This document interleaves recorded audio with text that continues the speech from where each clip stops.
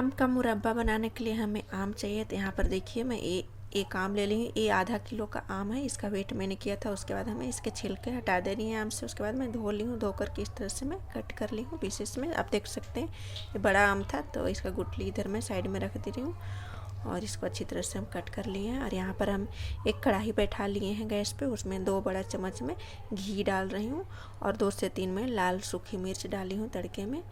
तो आप लाल मिर्च ज़रूर डालें। और आधा चम्मच में यहाँ पर जीरा डाल दी हूँ। उसके बाद हम जो आम काट कर रखे थे उसको हम डाल देंगे। आपको घी में ही ये मुरब्बा बनानी है, घी में जो टेस्टी बनती है फ्रेंड। तो यहाँ पर देखिए थोड़ी देर के लिए हमें लो मीडियम फ्लेम पे भून लेनी है इसे घी में।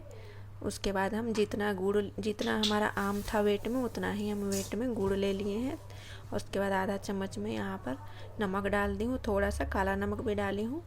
दोनों नमक हमें डालनी है, वाइट नमक भी और काला नमक भी। उसके बाद हम यहाँ पर लो फ्लेम पर इस तरह से एक बार चलाते हुए गुड़ को मेल्ट कर लेनी है। यहाँ पर पानी नहीं डालनी है, अगर आप पानी डालेंगे तो ये मुरब्बा ज़्यादा दिन नहीं फिर चलेगा, आपको साथ के साथ खाने पड़ेगा। तो यहाँ पर देखिए मैं आधा चम्मच धनिया पाउडर डाल दी हूँ और आधा चम्मच लाल मिर्च पाउडर डाल दी हूँ और थोड़ा सा मैं काली मिर्च पाउडर भी यहाँ पर डाली हूँ और आधा चम्मच यहाँ मंगरेल भी डाली हूँ, जिसे कलौंजी बोलते हैं। उसको हम इस तरह से चला लेंगे। मिक्स करने के बाद 10 मिनट के लिए मैं लो फ्लेम पर ढककर छोड़ दी थी। तो इस तरह से देखिए गल जाएगा। इसको थोड़ा टाइम लगता है गलने में, तो आप इसे आराम से बनाएं, कोई जल्दबाजी नहीं होता है इसको बनाने में। तो लो फ्लेम पर इसे 10 मिनट के लिए ढक कर छोड़ दें।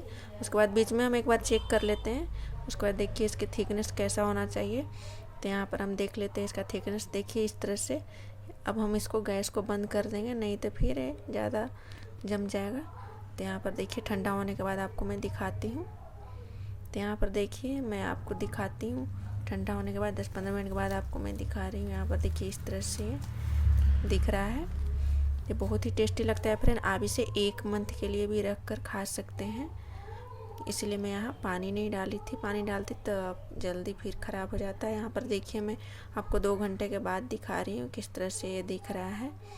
तो इस तरह से दिख रहा है, तो रोटी में आप खा सकते हैं। तो इसे किसी भी कांच का बर्तन में आप रख दें और इसे एंजॉय करें, खाएं 1 मंथ तक। तो यहाँ पर देखिए मैं यहाँ रोटी में खाने वाली हूँ, रोटी में बहुत ही टेस्टी लगती है। तो देखिए इस तरह से हम खाने वाले हैं। वीडियो अगर पसंद आएगा फ्रेंड तो वीडियो को लाइक जरूर करना, चैनल को सब्सक्राइब